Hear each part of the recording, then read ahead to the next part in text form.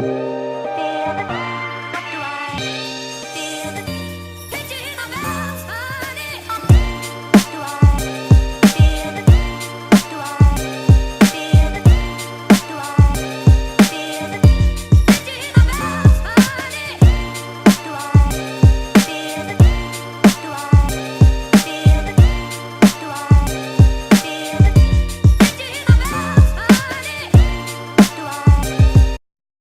is up, guys? Welcome back to another video. Today we're going to be going over how much I've done to the white Duramax and how much it has cost me since I bought it about 8 or 9 months ago.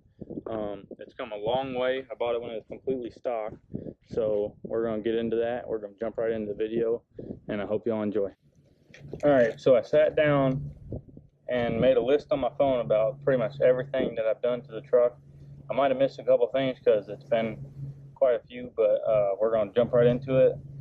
And I'm going to open up my notes here real quick. Alright, so I first bought the truck in September, so it's probably been a year now actually. September 25th last year, I think, is the day I bought the truck. And I bought it from my friend's aunt in Baker, Florida, close to about an hour from where we live. I paid $8,000 for it, which is extremely cheap. And she gave me a really good deal, and it only has 104,000 miles on it when I bought it. Bone stock wheels and tires, had a rock guard on the back of it, some steps that I took off because I didn't like them, obviously. But so that was the purchase price, $8,000. Okay, so then the first thing I did to the truck was I got a exhaust, and I deleted the EGR. So the exhaust cost about $400, full 5-inch exhaust. I got a downpipe, it was about $120, and then I got a new Federal Y bridge, because this is a California truck, so it had an EGR even though it's an LB7, and it had a 2-piece Y bridge, so I had to buy a factory Y bridge, put it in to get rid of the valve and all that. So that was a mess, but the Y bridge cost me about $100. And then so after that, I got a fast fuel lift pump for added horsepower, you know, cleaner fuel, all that, and keep the CP3 alive, keep my injectors alive, because I don't want to be buying injectors within the first 2 months I own the truck. So I got the fast fuel system, that was $611. I got a cold air intake from S&B, that was $250. I got the intake horn, which was $100. The downpipe, which I already said, that was $120. And that actually made it sound a lot better. The downpipe, LB7 with a 3-inch downpipe versus a factory, it actually makes quite a bit of difference. It's a lot louder. But so I got the downpipe, the full 5-inch exhaust, that was $400. I got a 8-inch, a 7-inch tip, 18 inches long. I think that's how long it is. I'm not really sure. That was $50 on eBay. It was cheap. It's chrome. It's not the best. But then after the tip, I got a CTS2 for gauges and monitoring, all like the important stuff. That was $350. Then I got my tuning EFI Live. I bought that from Idaho Rob, and that was I got about $750 in that now because I had to retune the truck.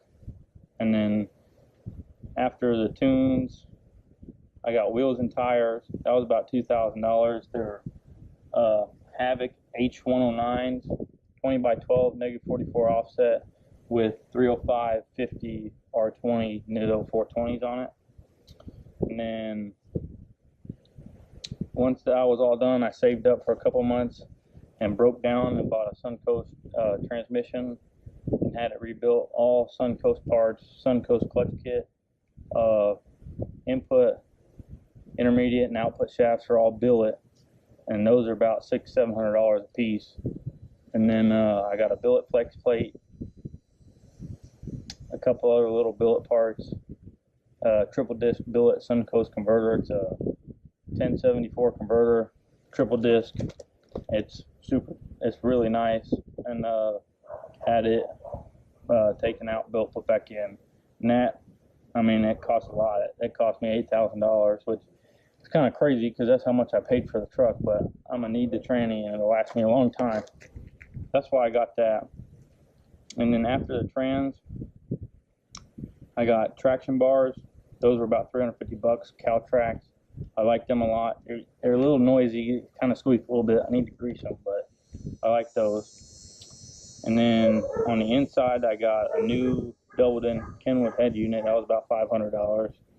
And I got two 12-inch Memphis BR12s.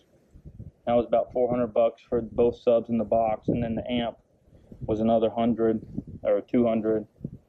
And then I got, after the tranny, I purchased some Rancho 9000 adjustable shocks so I can change them when I go to the drag strip or just driving around town. I can change how stiff the shocks are.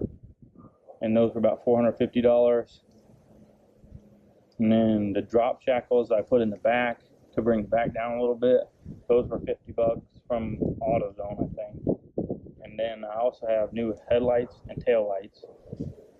And I think I bought right at $300 in new headlights, tail lights, and cab lights, which are LED. And then I got new light bulbs for the front, LED headlight bulbs. Those were $170. And I got some LED reverse lights. Those were like $40 or $50. So I think I got about $200 in light bulbs, which is crazy. But and then when I first bought the truck, none of the gauges worked. All the stepper motors were bad in the dash. So that was actually the very first mod I did, was pull the dash apart, put new motors in it, and I put blue LED dash lights in it. So I added all that up all together, and y'all can correct me if I'm wrong, but so far in the build, I have $23,251 in the truck. And I mean, that might sound like a lot to some of y'all, but it beats going and buying a brand new $60,000 diesel all day long. And I mean, I could spend 60 grand on a stock new diesel, or maybe probably even 80 grand, and it'll be about half as fast as this is. So that's why I went with the older truck. And I mean, it doesn't really look old, honestly. So I like it a lot. I mean, it's a lot of money. So I'm gonna quickly show y'all around and kind of quickly show like exactly what I did and just go over it real quick one more time. So we're gonna start off back here. Well, these are the wheels. The Havoc H109 20x12s, Nitto 420s. Get the tip, 5-inch exhaust. We'll show you the Caltrax real quick. We got the Caltrax traction bars. That's $350. Excuse the wind noise. The wind's coming off the bayou pretty hard. And so there we got the fast fuel lift pump. I'm gonna show you all the dash lights real quick. There's the CTS2. We got the blue dash lights. I don't know if it's pretty hard to see, but they're in there. And then here's the subwoofers.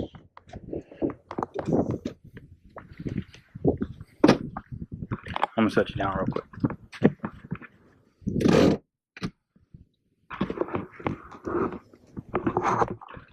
So there's the Memphis 12s. They're pretty loud. I got them upside down. I understand that. And then got the amp, pair of tennis shoes, some sandpaper. Amps under there. This is the brand of LED light bulbs that I bought.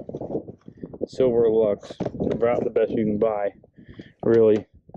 And I'll show you under the hood real quick what we got. See, these are the LED headlights. It's hard to see, but they're bright. It's the daytime. You can't see them in the day.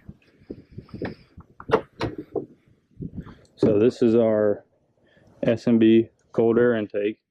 Got the 3-inch intake horn. Factory Y bridge is right here. Kind of hard to see, but you got the downpipe back there, and the boost increase valve, which I forgot to mention. And that's pretty much it. All done to the motor. I'd show you the transmission, but there's really nothing to see. All it is a dirty transmission with a bunch of expensive parts in it, which that's the worst part about building a transmission is you spend all that money and nobody can see it. So, but that's pretty much it. That's all we got for the white Duramax. Alright guys, that wraps it up for this video. I'm bending down to get out of the wind because it's really bad, even though we got the mic on the GoPro. But I appreciate y'all for watching this video, taking your time. If you liked it, hit that like button. Don't forget to subscribe. We're gonna try to put a video out every week now. I'm gonna try. I got a full-time job, we both do, but we're gonna do our best. And we appreciate all the subscribers that have been subscribing. We broke 100, which is the first goal. So probably next goal will be 500. Don't know how long it'll take. Hopefully just a couple months. But we're gonna try to start pumping out some more videos for y'all, and we hope you enjoy them. So we'll see you in the next one. For about 8 or 9 months. Subaru interrupting the video, but that's okay. Nothing is Subaru, but we're gonna go.